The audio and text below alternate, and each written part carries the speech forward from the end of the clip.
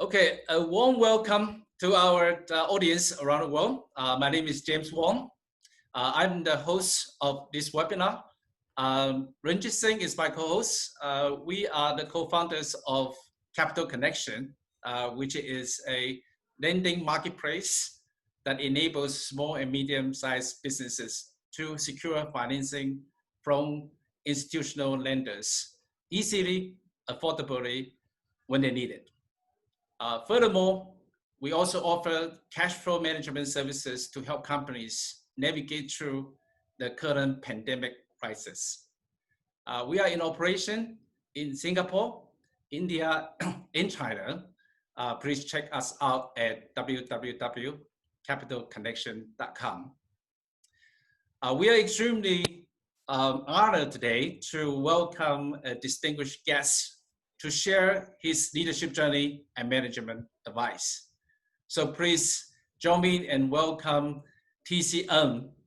TC, thank you very much. Hi, James and Ranjit. Hi to both of you, and thanks for having me in your series of discussion on interesting topics. And by the way, you're in a great business now, very timely. You offer much needed solutions for the market. Thank you so much, TC.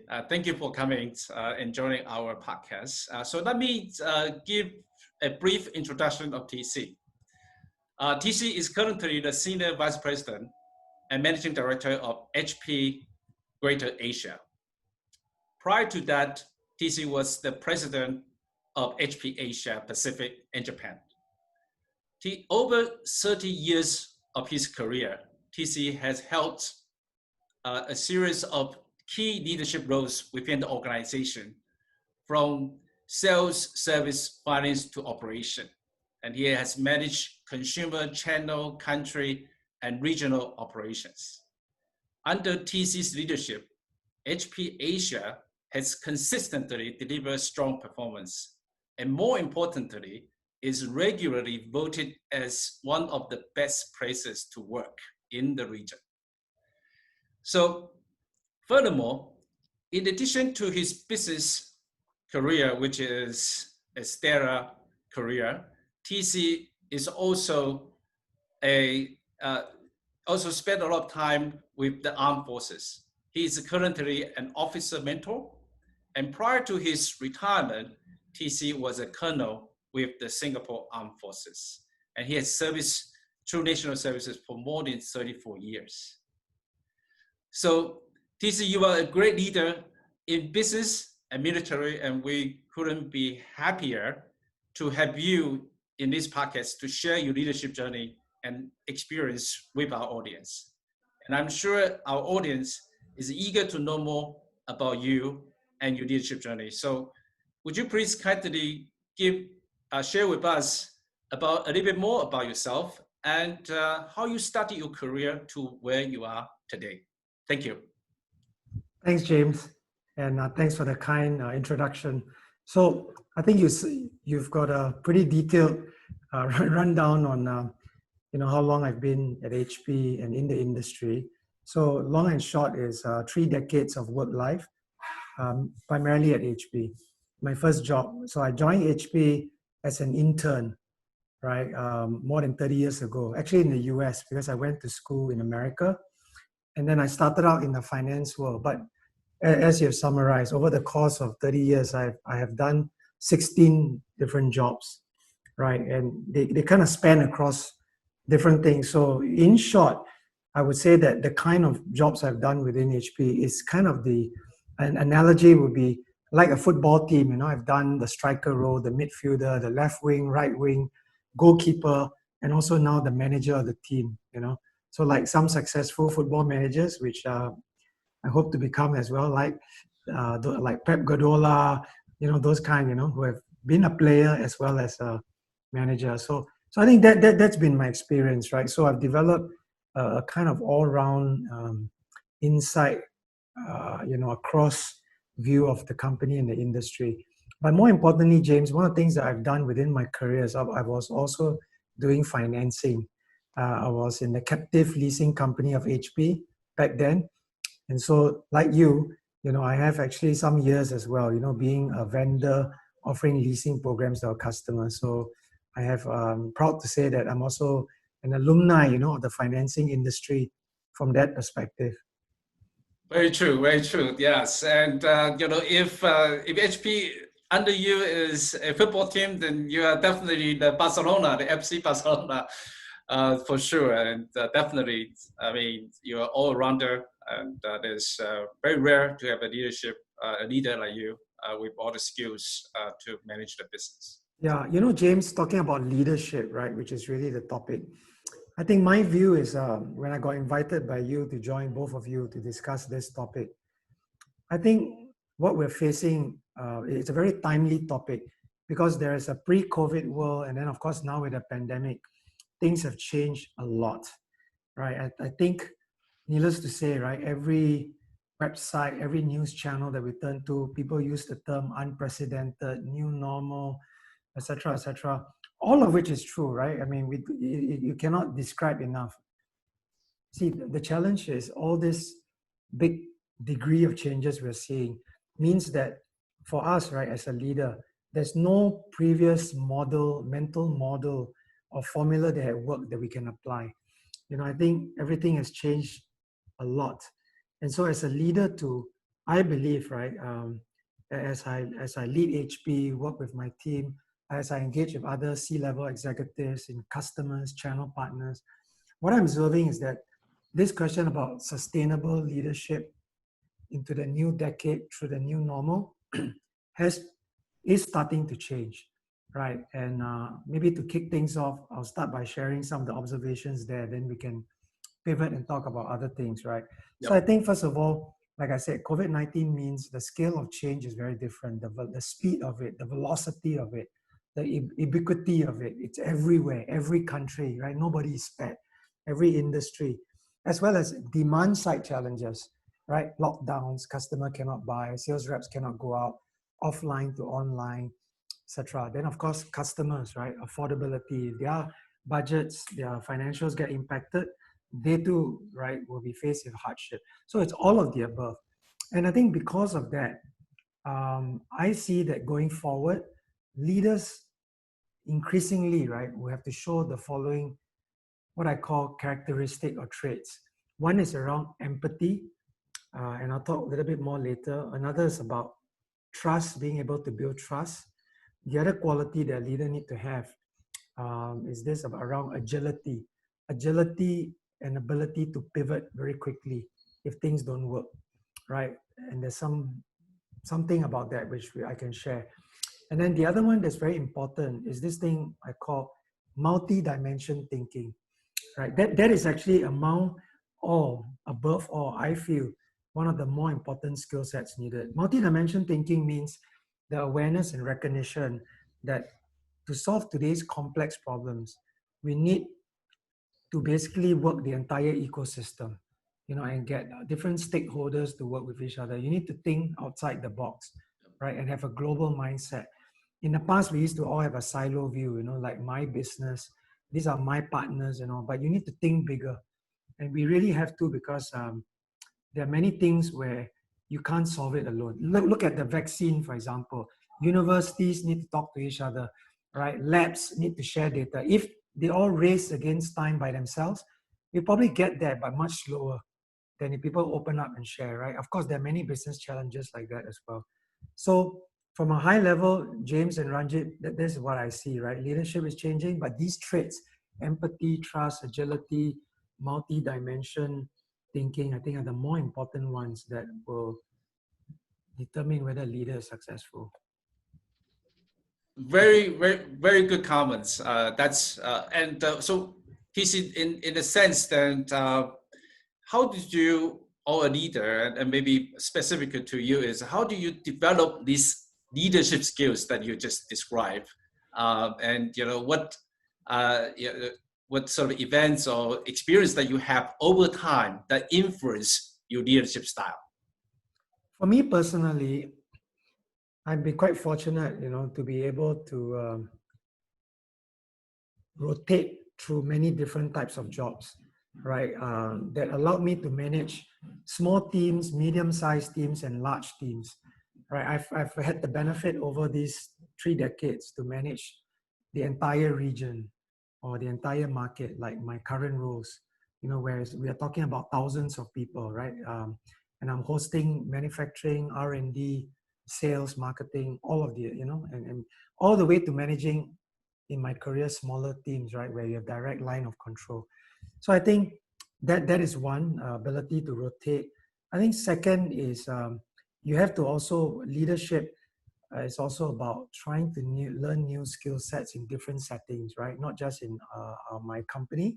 So from like what you have said, I've been very involved in national service, right, as a reserve officer, and I've done that over 30 years as well. And I equally have a strong passion in and a belief in doing my part for Singapore, where I live and I'm a citizen. And I feel that I can contribute that back to the nation that way. And the roles that I've done in the Army are also ones which involve coordinating and managing big number of people. I mean, I was a battalion commander, which has 700-800 people. Then subsequently, I became a brigade commander, and to manage a brigade, you have about anywhere from 3,000 to 5,000, soldiers, along with different types of equipment. And then my last role before I retired from the Army, I moved on to become like a chief of staff role in a division, which has, close to 10,000 people. So those roles allowed me to also learn, experiment, and try different leadership approaches to get people to work. And the new Army management style is not just hierarchical and top down. It's very different, especially if you are national service Army like Singapore, where people are all fellow peers working in the industry, in different sectors, etc. Right? So it's not about shouting at someone or pulling rank, but it's being able to really exert your influence, not just with rank, but get people to work together. And then finally, I would say that I'm very active outside as well through participating in a lot of different C-level events to just observe what other companies are doing, what they're trying, what they're saying, and see if that works. And I personally, I'm also a non-executive director, a board member, sitting in a different company in a different industry, right? And I get to also work with their executive team to see how they're managing, and we can compare and contrast styles. So I think from all these experiences, James, is how I think I've grown up myself and learned what works for me and what works for HP. Wow, that's fantastic. You're definitely multi-dimensional leader. I mean, having that ability to transition from business then to military and military to business and then to civic societies, I think that's quite a unique skill set that you have. I was wondering, TC, if you can share with us a little bit more about what HP is doing currently in light of the pandemic, and how are you managing it? Sure. Yeah. Well, the pandemic has impacted lots of different communities out here. That's a bad thing. So what we're doing is there are two levels. Okay, one is externally and the other is internally. So externally, across Asia Pacific, one of the things that we've done over the last few months is our teams have donated masks and more importantly, IT devices, right? And the IT devices are important because we want to make sure that our technologies, communities are able to leverage our technologies to do things, So our donation actually to, our employees and channel partners together with HP has helped these local communities, and we have donated close to $1.7 million to help in testing and purchase much needed healthcare equipment as well, right? These IT devices are to schools, and one of the things we've done recently is started technology hubs in some of the Southeast Asia countries as well, Indonesia, Malaysia, Vietnam. And these tech hubs are where we donated PCs, and in remote villages set up these classrooms. And we're partnering with like the Microsofts to do this. And the idea is to close the digital divide. During these pandemic times, of course, we have students rotating through it. And the idea is to equip them with some technology skills so that they can progress in their learning, right? But also along the way, use these devices to deliver some entrepreneurial skill sets so that they can be SMB owners of the future as well, right? So we've done this, And we are hoping to touch about 10,000 students this year through the 20 tech hubs that we have. But in 2 years' time, we hope to touch 100,000 people, right, that way. So this is what we've done. And we've also done things like use our 3D printers, right, to work with our partners to produce essential parts for healthcare workers, like, the face mask and then the mask adjusters as well. So we printed the face mask along with the mask adjusters that people are using. So we're doing all of that, right? That's external. Then internally, of course, it's all about health and safety, James. Implementing the social distancing, making sure that in our offices all around the world, as we shut down, our employees have got the routine to be able to work from home with the tools, etc. So we took some time to sort out all those things. And of course, the countries that we're starting to open up now, like New Zealand, Japan, all that, we are, of course, going into a Team A, Team B in a very small ratio coming back. So we're doing all of those things, over the last couple of months, James. Great. That's great, yeah. Sorry, TC, my internet connection is pretty bad today. But yeah, I think great to hear what HP is doing. So, technology has been transforming the economy, and then particularly during the pandemic, HP is a leader in technology. So can you share how HP is actually, what ideally HP is doing to support SMBs in their digital transformation journey? Yeah, I think for SMBs, right, in particular, it's very interesting because I think, first of all, we know that SMBs are quite hard hit, right? I mean, James participated in our panel where we had a session around a survey, right, that we conducted in Asia, right, for SMBs. And what we found was they're really hard hit because for them especially, right, they know that digital adoption is important. They also know that cash flow is important, which is one of the challenges they have, right?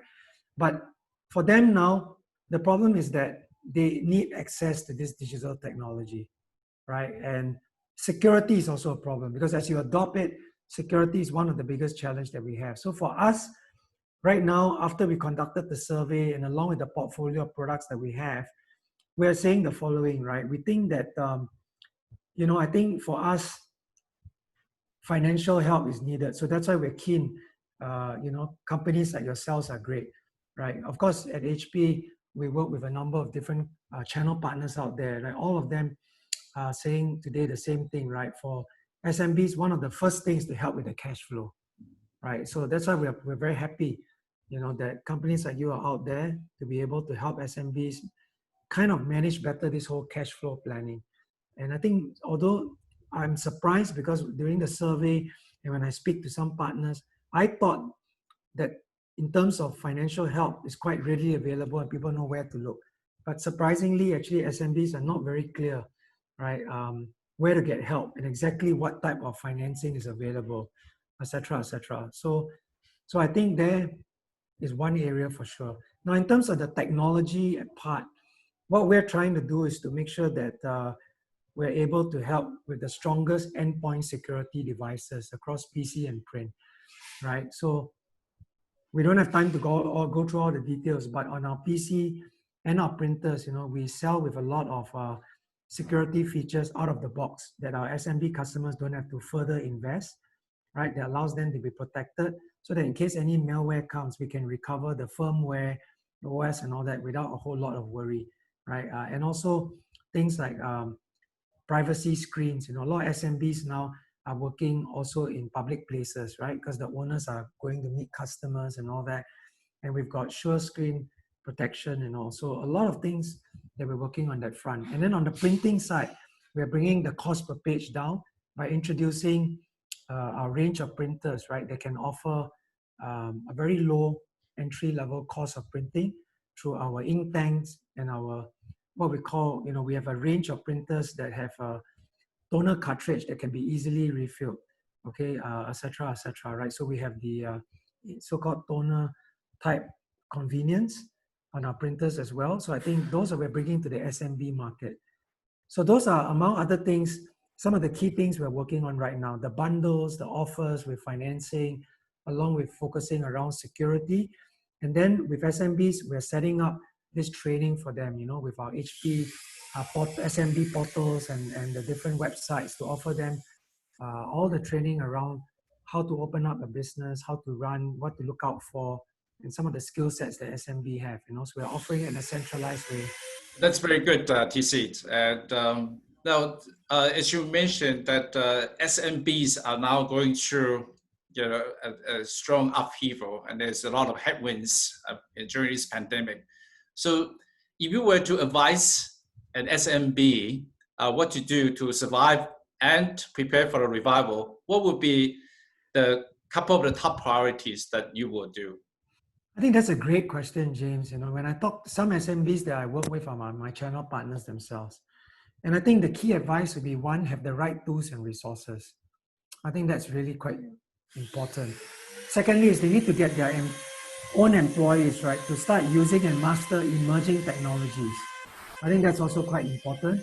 And then, of course, security is important. I think SMBs should not overlook security. They should boost their security for this future of work, right? And SMBs need to be able to also look for help in the right places, right? And I think there are many organized knowledge portals and all where SMBs can come. And at HP, we want to be among the leading IT vendors, be able to, put a portfolio of those things together as well. So that's what we're doing.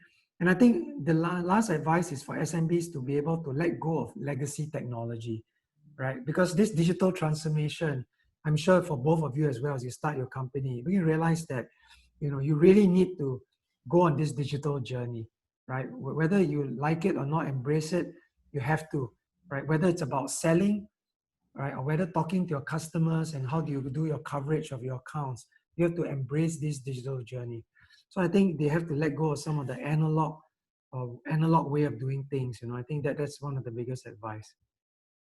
I think that's a great advice from you, TC. I know SMEs need to actually embrace the digital journey, and then that's very, very important in current scenario what we are seeing. I think before we have time for one more question, and this is a very important question for our young graduates. They are seeing this uncertainty. So what are some of the advices that you would like to give to young graduates, what they should do in the midst of this uncertainty? That's a really good question. I think young graduates, very timely. This is a very tough spot of point in time for them. In fact, I was just talking to a couple, just recently. My advice would be the following. I think one, you should take advantage of the uncertainty, right? And try to figure out how you can be an entrepreneur yourself. In fact, one of my sons, Marcus, he's about to graduate from a university in Australia. I told him to, internships is one thing, right? Look for all this. But the other thing is try do some business yourself online. It's so low barrier of entry. So he's actually gone to some e-commerce ventures to dabble. It's nothing big, but it's more about the experience of it. So I think one is you should hire yourself, become an entrepreneur, do something. Secondly is this pandemic, on the flip side, I think lots of companies are also, like in Singapore, the government is also co-funding some of these graduate opportunities. I believe that there are graduate programs available, and new graduates, fresh graduates, should avail themselves of it, right? They should go do some research, and find out what companies are doing. I think a lot of big companies want to do something for the new talents. And I'm sure some of them are also out there now very aggressively, telling the students, don't worry, we have a great either internship or graduate program. And in fact, some countries are also helping companies do just that, I think. And then of course, I think the other one is now that we are in this digital age we spoke so much about, right?